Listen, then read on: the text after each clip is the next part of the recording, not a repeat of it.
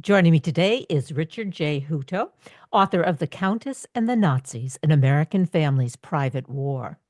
Richard J. Hutto draws on never-before-published memoirs and declassified CIA documents to resurrect the incredible journey of Muriel White, the daughter of a revered American diplomat and wife to a Prussian count.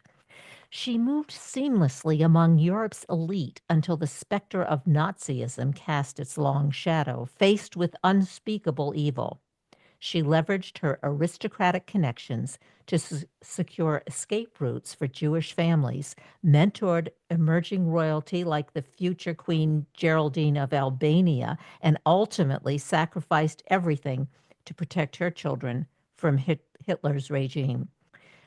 Mr. Hutto served as White House appointment secretary to the Carter family and was chairman of the Georgia Council for the Arts. Welcome to the show, Richard. Nice to have you on.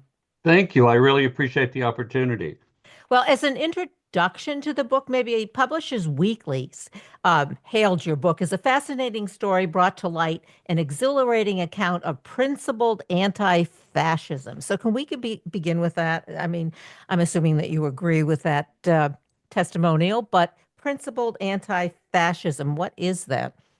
Well, first of all, Muriel was reared in this very privileged background, spoke five languages fluently.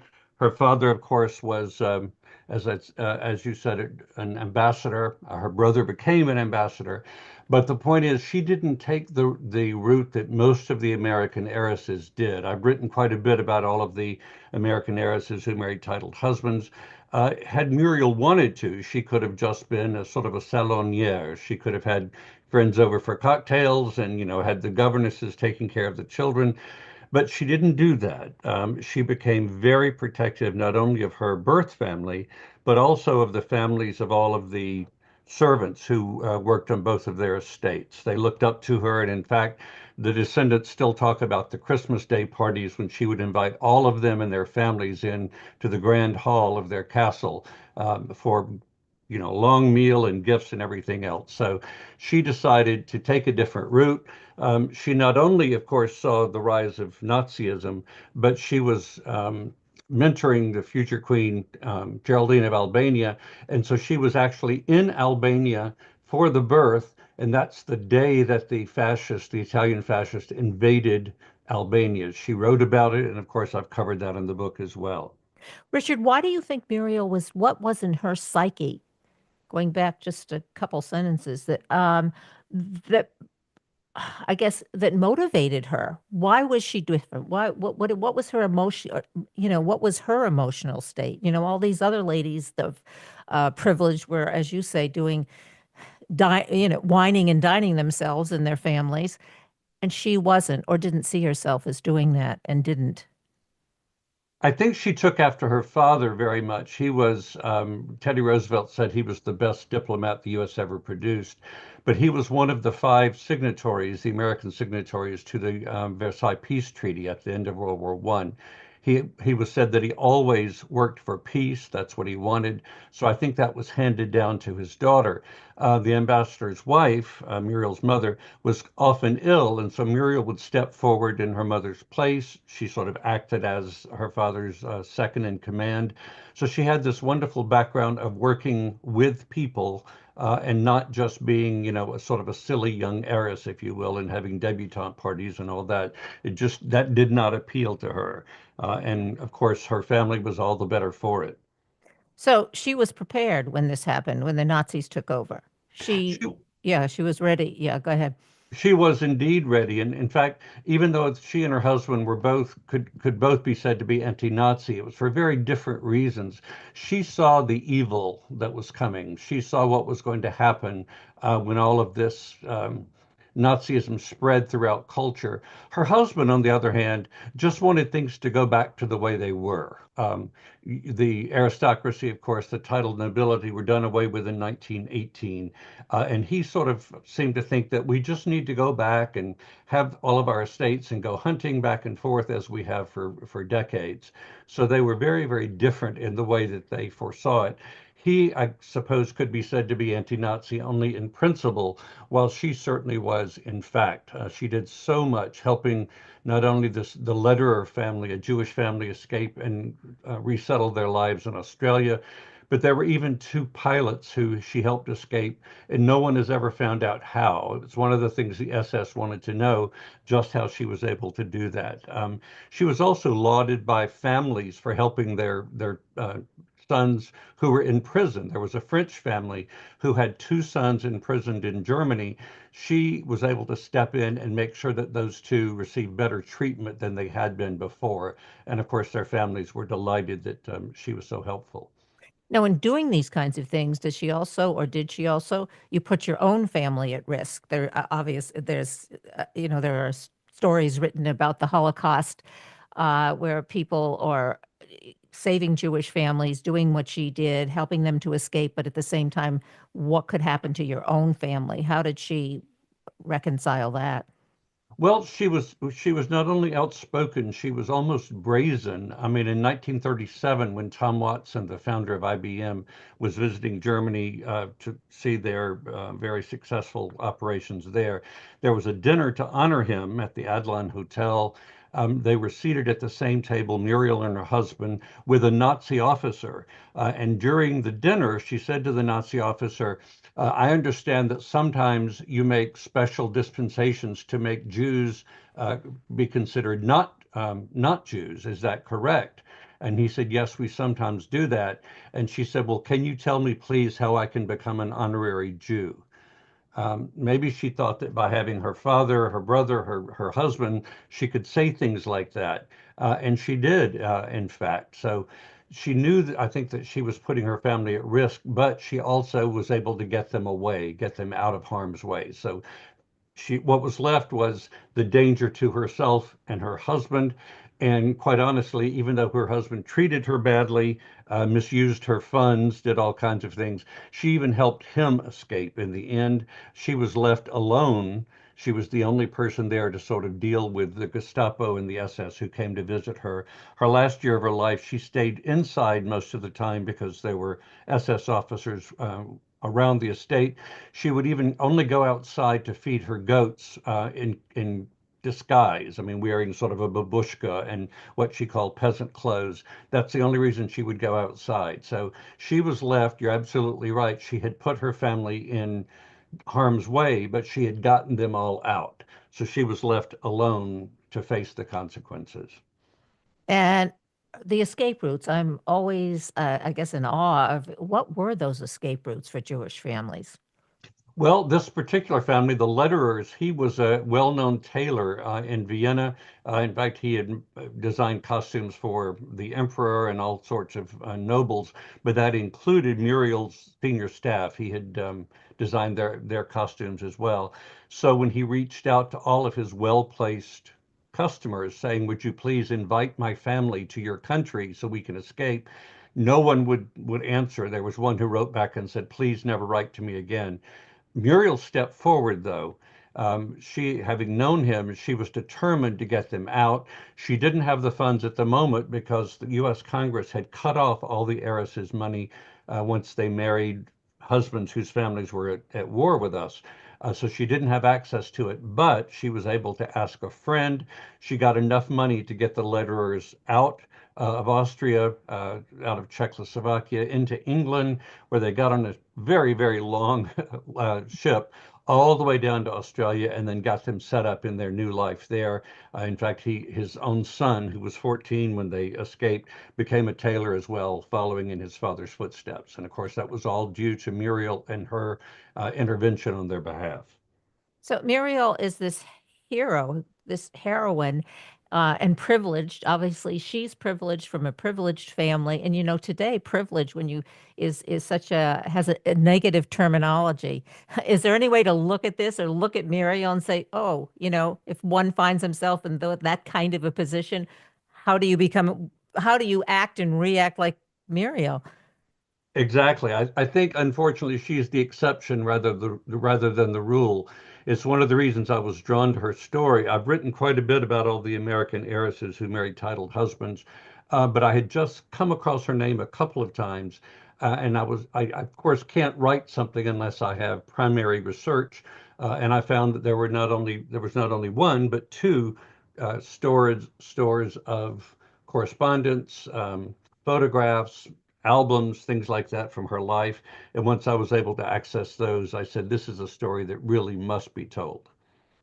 Yeah, and we're talking about how you access the story. I think in the beginning, when I read the intro, you're talking about CIA documents that had been declassified. What were those? Well, I mentioned her relationship with Queen Geraldine of Albania.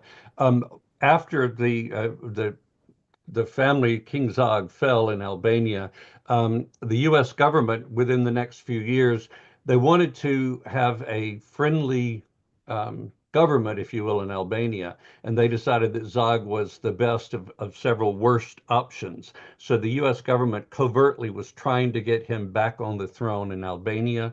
And one of Muriel's son-in-law sort of became their go-between. He was working with the CIA. Those documents were declassified in 2007, but they've not really been utilized very much. He was able to go back and forth. He was dealing with them financially, making sure that they had deposits into the banks when they needed. Because when King Zog and Queen Geraldine left Albania with their newborn son, he also had to take his six sisters, who were unfortunately referred to as the Zogettes. But that meant that every time they went someplace for a hotel, for example, the sisters all insisted on being treated like royalty, and so they would have to get 24 rooms in any hotel. So this went on for quite some time, and it was Muriel's son-in-law, as I mentioned, who was the go-between, who worked with the CIA, and we could even in the book tell you like what day he visited and who he met with when he was at the CIA. And my next question is, why do you think that so many of the aristocratic and wealthy Germans supported Hitler? Um, what was the reasons for that? Well, the stated reason for so many was that Hitler could stop communism. Um, but I think a lot of these wives, unlike Muriel, once they married into the ruling classes, once they became a princess or a duchess or whatever, they enjoyed that social cachet, if you will, to such a degree that they were not interested at all in overturning Hitler. In fact, they were enjoying his patronage because he made sure, of course, to do so and to bring in noble families, not only German ones, but the Mitfords in England. There were lots and lots of people who were in his orbit. Wallis Simpson, who of course married Edward VIII and became the Duchess of Windsor, they visited with Hitler, and he said afterwards that she would have made a great queen. There was even talk, had Germany won, of putting Edward VIII and Wallis back on the British throne. And they were able to do this in the context or in the midst of what was happening, the Holocaust and genocide. How do they reconcile that, or how did they? I don't think they did reconcile it. I think many of them, of course, their family said, "Oh, we didn't know, we didn't know." Of course, they knew. They chose what to do with it. Several of the American wives became more German than the Germans. I mean, they were delighted to be in the milieu, and all they wanted was sort of a return to the days of court life and that sort of thing. So it was very unusual for Muriel to be outside of that group and to view them differently. Even when she completely refurbished both castles, first the one they were in, and then after Manny's father died, they moved to the principal residence. She completely updated, renovated, put running water and electricity and all those things. And so she was doing what she could for her family and her extended family, as I mentioned earlier, all of the servants and their families. She was certainly outside the usual pattern of what her peers did. Well, as I'm listening to you, I'm thinking, is there any way that we can make any comparisons to then and now and what's happening today politically? I wish that we could. Muriel was so spent out, if you will, by the end, after a lifetime of doing this, that when the SS told her, "We're coming for you tomorrow, we're going to take you to Auschwitz," she knew that she would be not only tortured, but that they would ask other questions. How did, for example, how did the two pilots get out? So what she did was the morning she saw them coming up the driveway, she climbed into the tower of her castle and she jumped to her death. And by doing so, she, of course, permanently was able to save her sons. She did not make them return to the U.S., of course. And she sort of saw that as her only option, but she was pleased that she had done as much as she had. I cannot imagine what it felt like to walk up those flights of stairs knowing that you're about to throw yourself out the window. But she also must have been immensely pleased at all of the good that she was able to do. Yeah. And what about her family? What about the rest of the family and her sons? What happened? Her eldest son, actually, after her death, after they found out about it, um, went volunteered for the U.S. Army, was stationed at basic training down at Camp Wheeler in Macon, Georgia, took the oath of renunciation, became a U.S. citizen, and wanted to go right back to Germany to fight to avenge his mother's death. The U.S. Army said, no, you can't go to Germany with a double barrel name and Aryan looks and everybody knows who you are, but we're going to send you to England where we're going to give you an assumed name, and they did, named John Strutt, and you're going to interrogate captured German officers to get as much information as you can. They wouldn't let him go to Germany, but at least he was able to go to England. You can imagine that he knew many of those prisoners he was interrogating. They, of course, would have been extremely upset by it and sort of considered him a traitor. But he, being a newly sworn American, did want to avenge his mother, and he went over to England and was able to do that. After the war ended, he and his sister and brother lived mainly in the United States. They, of course, kept contact with their father and with their family in Germany, but they were reared really as Americans. Okay, those were her children. What about now? Can we go down the line? What about grandchildren? They had wonderful grandchildren. Their daughter Margaret married the man that we discussed earlier, the CIA person, Ted Church, and they had in turn three sons. Then Manny, who was Manny was the father. Boise was the eldest son. He's the one who went back over to England as an officer. He married twice and had only one son.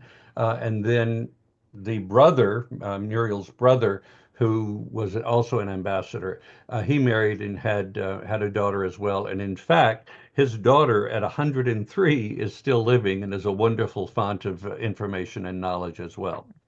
What's the impact on you? The emotional impact, I guess, is what I'm asking you when you write this kind of like extraordinary biography about an extraordinary woman. When you finish, what is why you're writing the book and also when you finish it. Well, it was an interesting journey for me because, as I said earlier, she was so different from the rest of the women. And I kept, every time I would see a piece of correspondence, I would just be amazed. She was very open in her letters, for example, talking about how terrible the Nazis were. And I'm sure they were read. I'm sure that sending them back and forth, those letters were read. She was a bit brazen in thinking, perhaps, that she was protected to some degree, but her father, an ambassador, was dead by that point. Her brother was an ambassador. She and her husband had not gotten along well, and she had helped him escape as well. So I'm not sure that we can take any direct correlation from it, except to say she would expect each one of us to do whatever we can where we are. It doesn't need to be saving an entire family. It doesn't need to be um, getting better treatment for prisoners. I think she would just ask us to do what we can because each of us has that opportunity. Each of us has it every day. And I think that would be her lesson to us. Yeah, I mean, that's a great message. And it's sort of one choice, one good choice builds on the next good choice. Exactly. Right? And yeah. So we don't have that much time left. So as I read in the beginning, you served as White House appointment secretary to the Carter family. Tell us a little bit about that. Oh, it was the greatest time of my life. I'm obviously incredibly honored to have served President and Mrs. Carter.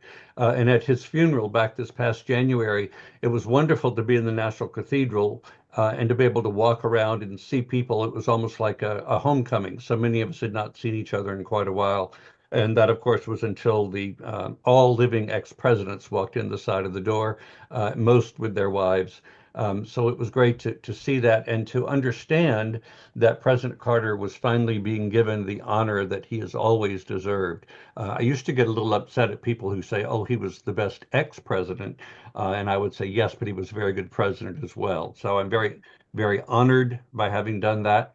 And it will always be, as I said, sort of the high point of my professional career. Yeah, why did they say the best ex-president? Well, all of his work, of course, with Habitat for Humanity, doing away with eradicating guinea worm in Africa, winning the Nobel Peace Prize, those all happened after he left office. People forget how young he was when he came out of office. And again, he could have done the thing that so many ex-presidents have done. He could have, gotten $100,000 for a speech and done a golf game there for another $250,000.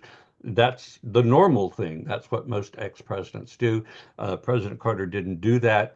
Even when he won the Nobel Peace Prize, he gave that money to the Carter Center as well for their programs. And he and Mrs. Carter, of course, stayed in their modest brick Rambler house that they built back in the 50s in Plains, Georgia. So he saw the rest of his life as just as much service as he had those 4 years in the White House. That's who he was, and he didn't change. Exactly. Yeah, he just continued with it. And I was always fascinated by their relationship, he and Mrs. Carter. Um, the, I guess, the love, but the loyalty and the connection and all of that for how many, what, 60 years, 70 years? Well, they were married for 77 years. So um, their 75th anniversary was a wonderful event that we were invited to. And I honestly thought, this is perhaps terrible to say, but after Mrs. Carter died first, I thought the president would go quickly because he's not had a life without her from the time he was a child. But as you know, he held on. He said that he wanted at least to be alive long enough to vote for Kamala Harris, which he did. And then, of course, he died not long after that. Yeah. Well, you weren't the only one who said that. I think his grandson did too, who was one of his or a Ja- spokesperson for him, right? That's Yeah. right. Jason, who's the chairman of the Carter Center, he's their eldest grandson. And so he also said the same thing, right? He spoke at his grandfather's funeral too. Well, should I ask you what's next for you after this? Well, I'm looking right now at a couple of projects. I think, and I'm not certain, but I think my next book will be about the great Bradley Martin Ball of 1897 in New York. It was sort of the last great costume ball, and for decades held pride of place in the Guinness Book of World Records as the most expensive party ever given. Obviously, that changed in the go-go 80s, 1980s and 90s, but I'm thinking that that will probably be my next book. But as I said, I'm just not certain yet. Well, was that the precursor to the Met Gala? It was to some degree, right? All the costumes. Mrs. Martin deliberately sent out the invitation not long before the event because she didn't want people to ride off to Worth in Paris and every place else to have costumes brought in. She wanted the New York um, seamstresses, milliners, shoemakers. She wanted all of those people to benefit because there was an economic slowdown in New York at the time. So she did it for a good reason. There were about 900 people who attended because there was a huge snowstorm that night. 1,200 had been invited. But anyway, I think that will be the next, and it involves so many of these families, including Henry White, Muriel's father, who attended the ball as well. So that there's a strain that runs through all of these stories. Yeah, and a fascination. You have this fascination with all of these. I'm going to, with that these privileged families, where they come from, and what happens to them, and what they do, and their impact on society. I guess, right? Exactly. And I grew up in a very matriarchal society in the South in which the women had all the power but didn't let the men know it. And so these stories of the women who were able to persevere and do the kind of contributions that people like Muriel did, are really important to me. Well, what about today? A couple minutes left. As you say, these women were strong. You grew up in the South, strong women, but they couldn't really, they had, did they, well, I always thought they weren't, I don't even like to use this word, but underhanded, or they had to kind of like, there was a, du they weren't duplicitous, but they couldn't be out front. They couldn't, in terms of what their motives were and what they wanted to do and how they attained their power. Indeed, in fact, they were considered just sort of an adjunct of their husband. One quick example is that Muriel finally was able to get a divorce from her husband who had treated her so badly. But afterwards, she went to their family bank to withdraw funds, and she was told, "No, you're divorced. Only your husband can access these funds, even though they're yours." So the women then had to operate in that kind of milieu in which they were not powerful unless they worked through somebody else. Muriel was, I think, the best example of having done that. Great story, and you're a wonderful storyteller. So, and Oh, I've been thank you. talking, yes, Richard J. Hutto, and the title of his book is "The Countess and the Nazis: An American Family's Private War." Fascinating. So, give us a website, platforms to go to for more information about the book and about you and about your work. Great. The book is at thecountess.net. That's no space in the middle, thecountess.net. You can go there and see all the press. You can see different places to order, photographs, that sort of thing. And then if they're interested in my other work, they can just go to rickhutto.com, RICKHUTTO.com, and you'll see all of those listed there. Richard J. Hutto, thank you so much for being on the show today. Really, Thank really you, enjoyed Kathryn. it. I enjoyed Yes, it. me Thanks so too. much. Thank you.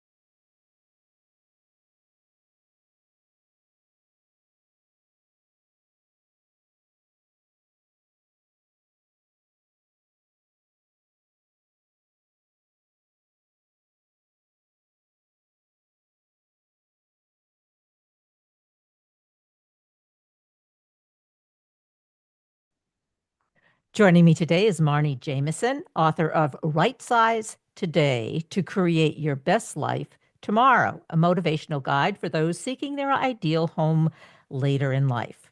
Most of us are looking to downsize when we move or when we are going through a transition in life. However, what do we know about right sizing?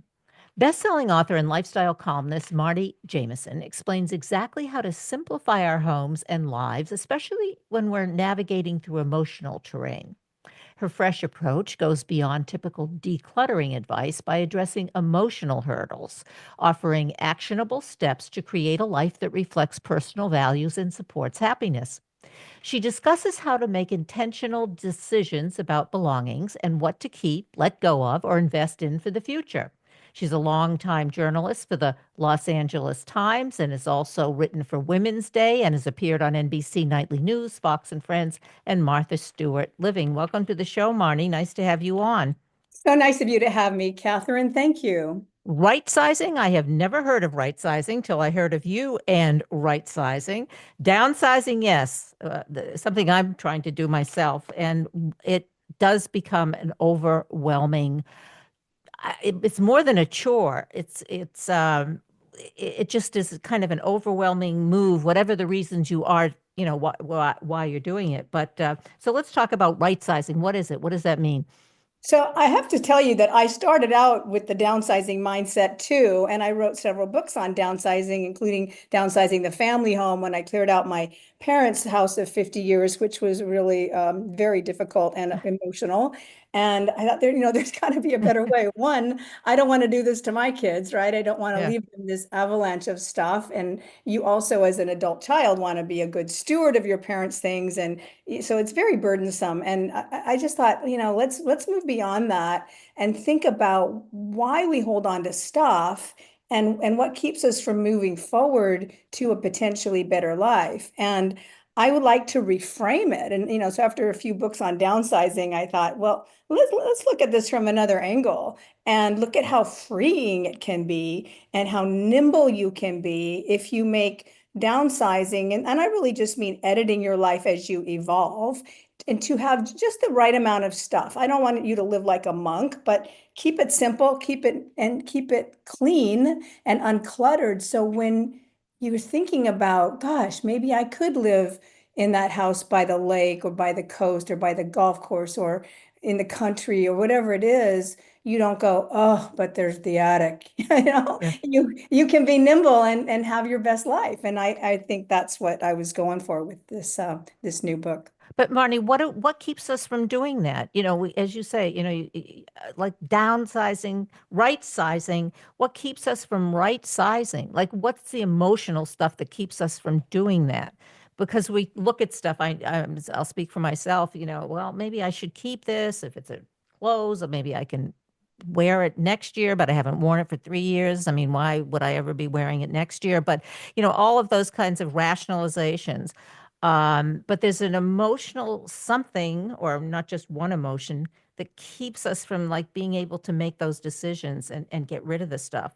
And we, so I know that's what the book is about. So let's talk about some of those reasons. Emotional. Yeah, well, it's our stories. And we think that the more we have, it somehow indicates some sort of significance.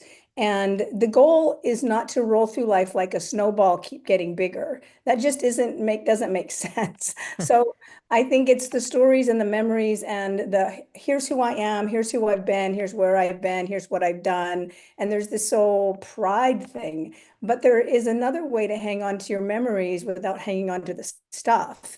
And that's through journaling and photographs and maybe just representations. Like maybe you don't have to save your mom's wedding gown, but maybe have a picture of your mom and dad on wedding day and a little swatch of her wedding gown in the frame and get rid of the rest. So just paring it down and keeping the stories, because nobody really wants to go through all of your stories when you're gone and see. And it's just too much trouble. And this is a problem that will grow unless you tackle it. And I try to help people to tackle things a shelf at a time. Start with the pantry shelf, someplace not too emotional. And then pretty soon you have the whole pantry done, and then move to your linen closet, which is probably also not too emotional, and save the emotional stuff. Closet can be a little emotional, after you get some momentum going. That's a great idea. I actually haven't heard of that. Start with the stuff that, like the spices that you've had for 10 years in the kitchen, right? That's Yeah. not too much emotion attached to that, and then work your way up or down however you see it. I like to think about something obvious and unemotional. So like the linen closet is some bigger, kind of a bigger, like pillows are bigger than spices, right? Right. So when you thin it out and you open it the next day and you go, darn it, that looks great. Way to go. What else can I do? And maybe it's the laundry room, that gets filled with different laundry products and you just use two of them. So go into a place that you will notice and that is not going to be too emotionally taxing. Save your photographs and jewelry for last. And I've noticed after I've gotten rid of the stuff, 2 days later, some of it I can't even remember what I got rid of. And it, even at the time I was doing it, I thought, well, oh, I can't do this. As you say, my shoes that I wore at somebody's wedding or all those kinds of things. But I forget about it. I mean, it sort of goes by the by, I think, once you actually can do it. I mean, the emotion, yeah. Out of sight, out of mind. And Yeah. one technique for people who are anxious about letting go of their things is to have what I call a trial separation instead of a divorce. And you get a box, and I have a box in the garage, and I have a bag in my closet, a big shopping bag. And I periodically drop things in there. And I'm not taking it to the curb yet or to the donation center. I'm just putting it in the bag or the box. And once it gets filled, I look in it and say, is there anything in here that I'm really needing to keep desperately, or have I even noticed? And 9 times out of 10, I don't take anything back out, and then I take it to the Goodwill. Yeah. I also do that in a slightly different way. I take those big green garbage bags, do the same thing, put them in the garage, put the clothes, put whatever the stuff is, and leave it there. And then gradually, a week later, whenever it is, I can't even remember what's in there. And sometimes I just get rid of it without, and I don't go through it again. But that is a good idea. That really does work. It does work. Yep. But now you also, and I think you wrote a book about this, like when you're trying to, say, couples are getting married, merging blended families, that's a whole other issue in terms of getting rid of stuff, buying new stuff that, the two new partners want or think they need, or how do you do that? Well, when I was writing this book, I was on here's a good tip on how to write a book is do it on a cruise. I was taking a transatlantic cruise, and because I could do, someone was making my bed and making my food. But I sat next to this gentleman at dinner one night and he said, "What is your book about?" And I told him it's about, when two houses, well, it's called downsizing the blended home, when two houses become one. And how, if you get married in your midlife, or, when you have a nice house full of stuff, how do you merge that with someone? He goes, you need to write a book about that. I'm like, darling, it is about control and money and love and power. You better believe it. You better believe in your book about that. And when one house plus one house has to equal one house. So fairly, you each have to get rid of half a house. And I went through this myself. So I was, the cuts were raw, and it's, I think, well, I'm the home design columnist. I have this beautiful stuff. I've staged homes with my things, and people hire me to, do this. And I got this, honey. And he's like, but wait, what about my stuff? And he was a widower. So he had not, divided his belongings with anybody else. And so he came with a fully loaded house and attached to things with their memories. So that took and he's a lawyer, so on top of it. So I had to sharpen my negotiating skills. But it is important. And here's the other kind of painful truth. It's not just getting rid of half a house each to equal one house. You need to get rid of a little more to make room for ours. So you have a yours, mine, and ours, and you start to acquire pieces together that really bond you, and it's important. So yeah, it is a rough patch for a lot of people. And that is if you're buying a new house together, or moving into a new house together. If you're moving into one or the other's houses, that can be even trickier because you're not starting off on neutral ground. And whoever has the house and is, the other one's moving in, they have to do more than move their clothes over in the closet and make room in the garage. There's a lot that has to happen to make that other person feel like they are part of this relationship and part of this house. I have another problem for you. I have 3 grown sons, some married, some not, or but I have a whole area of my basement filled with papers from elementary school, high school, college, and graduate school. I can't get rid of them, and they won't get rid of them. What And do these I are do? these are theirs, not yours. These are theirs. These are theirs. Yes. You are not your kid's storage unit. Yeah. So you take them, you send them to them or deliver them to the curb and let them deal with it. They're adults. So it's tough, but I just talked to a fellow on another podcast and he said that his mom had saved all of his report cards and just gave them to him. And he's like, now I have this extra layer of guilt that she saved these over the years, so they must be extra meaningful. And I don't really want them. I'm like, yeah, she's created a bigger problem than she knew. So I would just give them all to them and say, here, go through them. These are yours. All right. Well, that's my next step. Yeah, you think of all the freedom in your basement too. Yeah, and I'm pretty good at getting rid of stuff. I think as I've gotten older, it is freeing. I think maybe you've described this, but kind of it's sort of like I don't know, purifying. I find, and I don't have to make a lot of decisions about different things because I only have so much, whatever I have. And as I think you mentioned earlier, maybe you only use two things and you've got 10 things that that are in the same category that you don't even use. Get rid of them. I talked to one client once Yeah. who he got divorced and he went from a 5,500 square foot house to 2,700, so about half the size. And he had to get rid of a bunch of stuff. And he said, I feel like I lost a lot of weight. Yeah.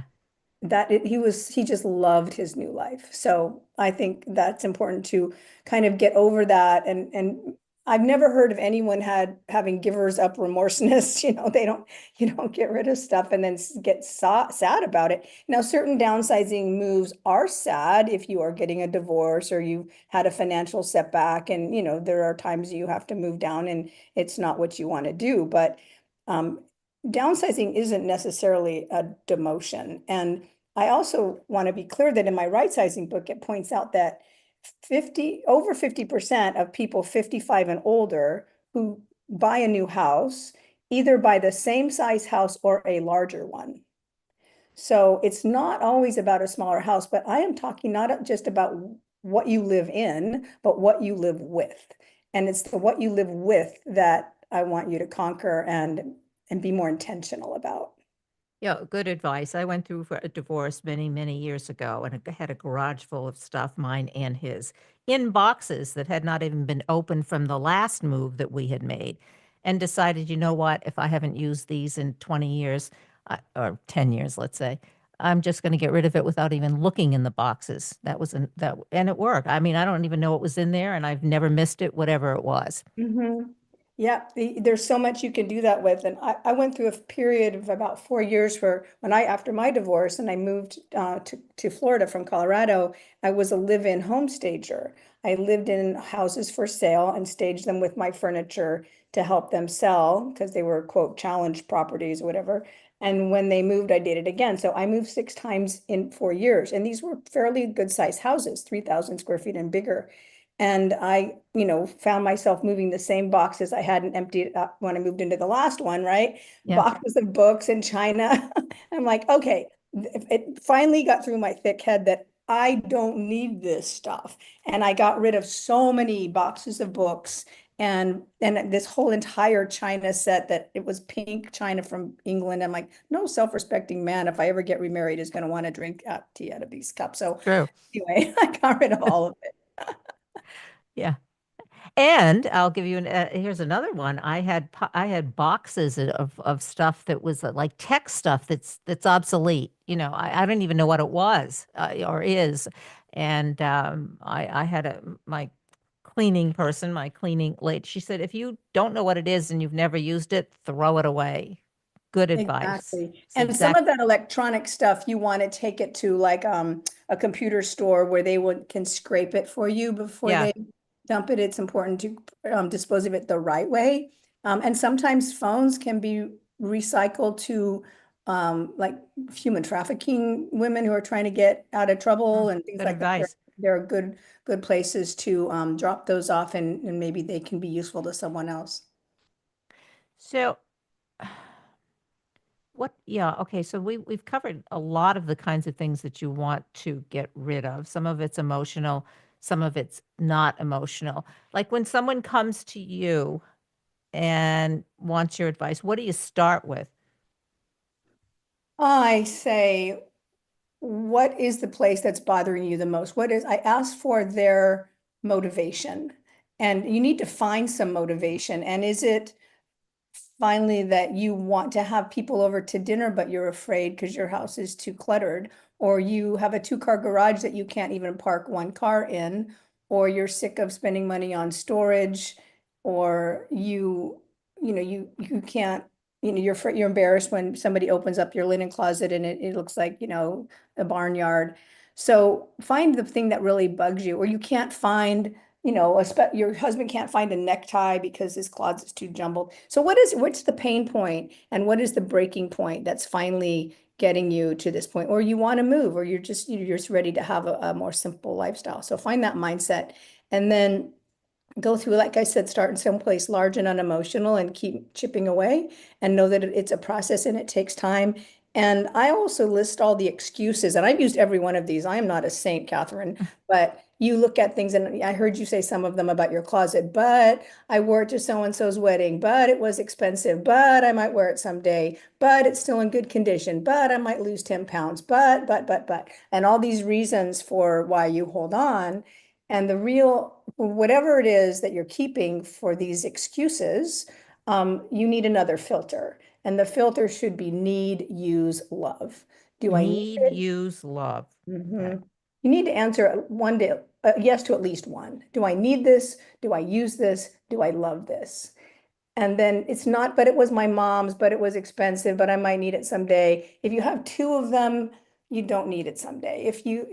Yes, save a couple mementos, and more than a couple, from your parents if they've passed on, or a loved one, but not everything.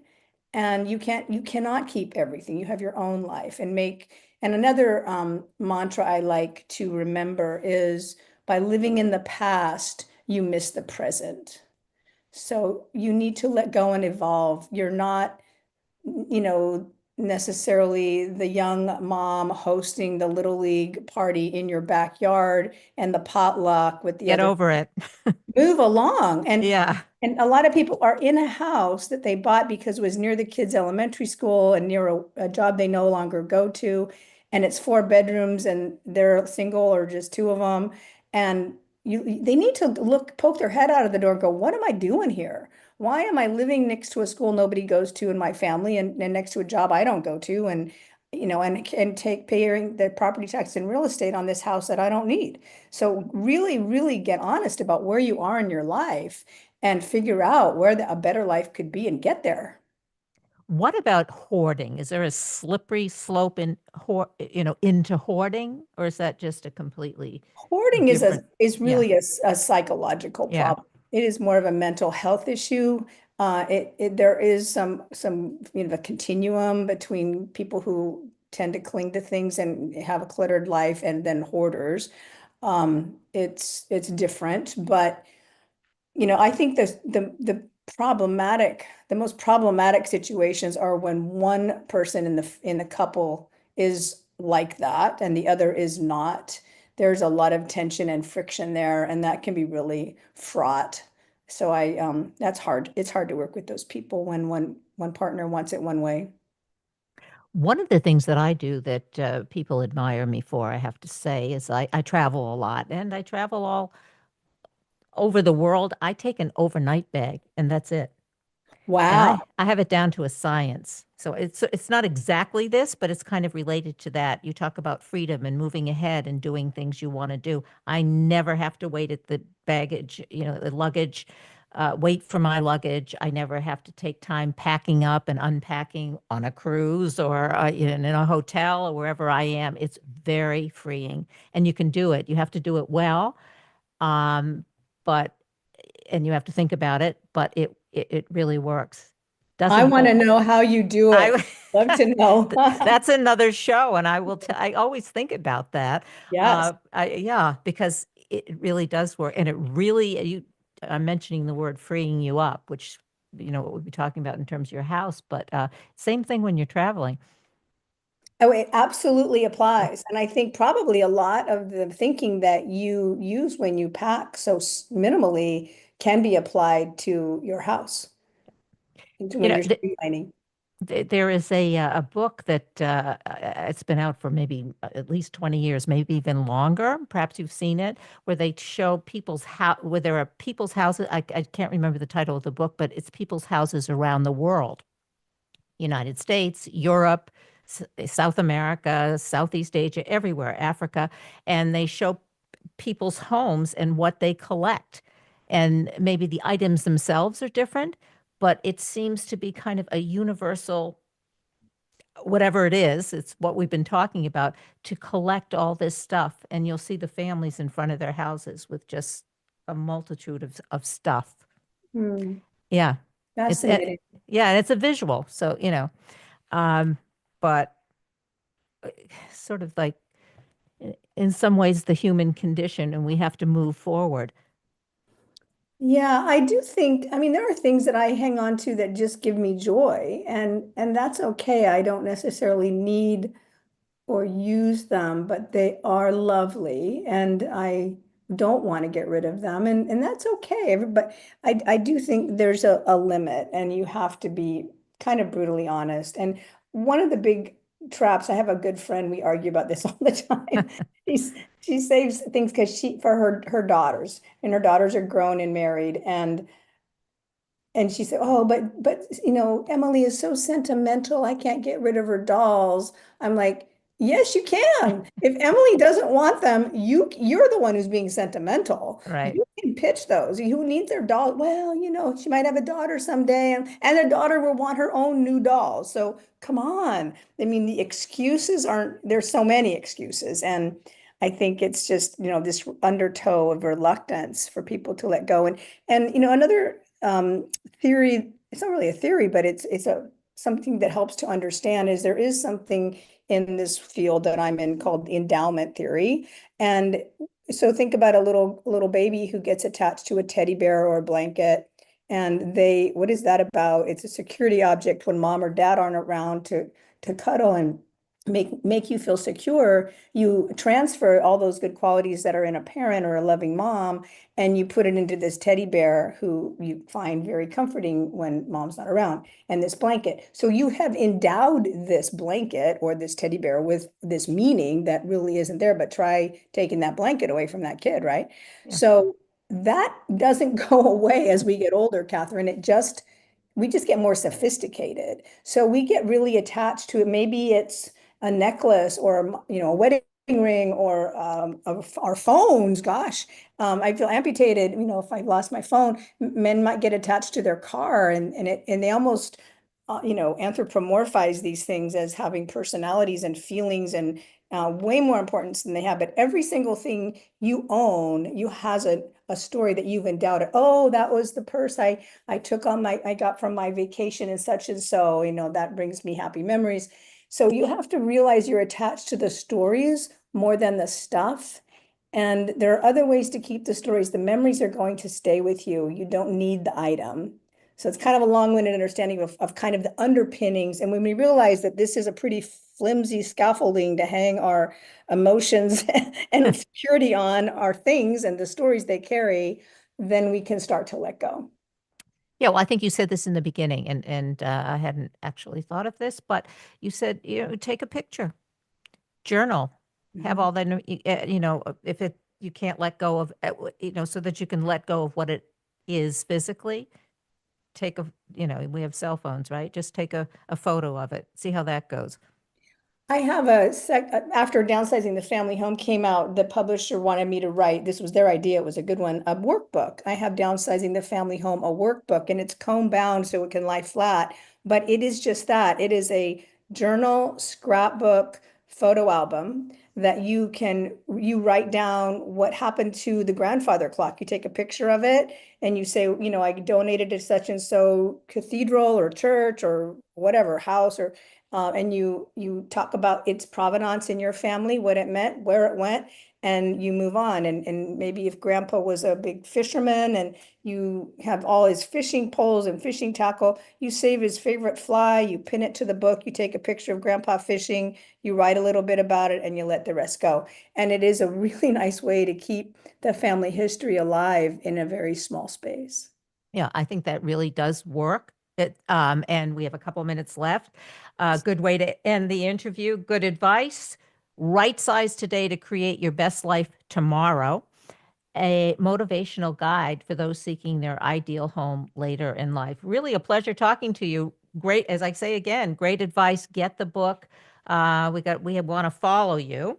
So give us a website, other platforms to go to for more information about the book and about you. Yes, so I have a website. It's Marni Jameson, MarniJameson.com. And you can purchase all my books wherever books are sold, and also through that website, wherever books are sold. And I have a blog that you can subscribe to for free, and just, submit your name, and you will get my missives. And probably this podcast will appear on one of them, and you'll have various writings or musings from me from time to time. So I look forward to connecting with whoever's listening. Great. Fantastic. Really, thanks so much for being on the show. My pleasure. Yeah, I really enjoyed it.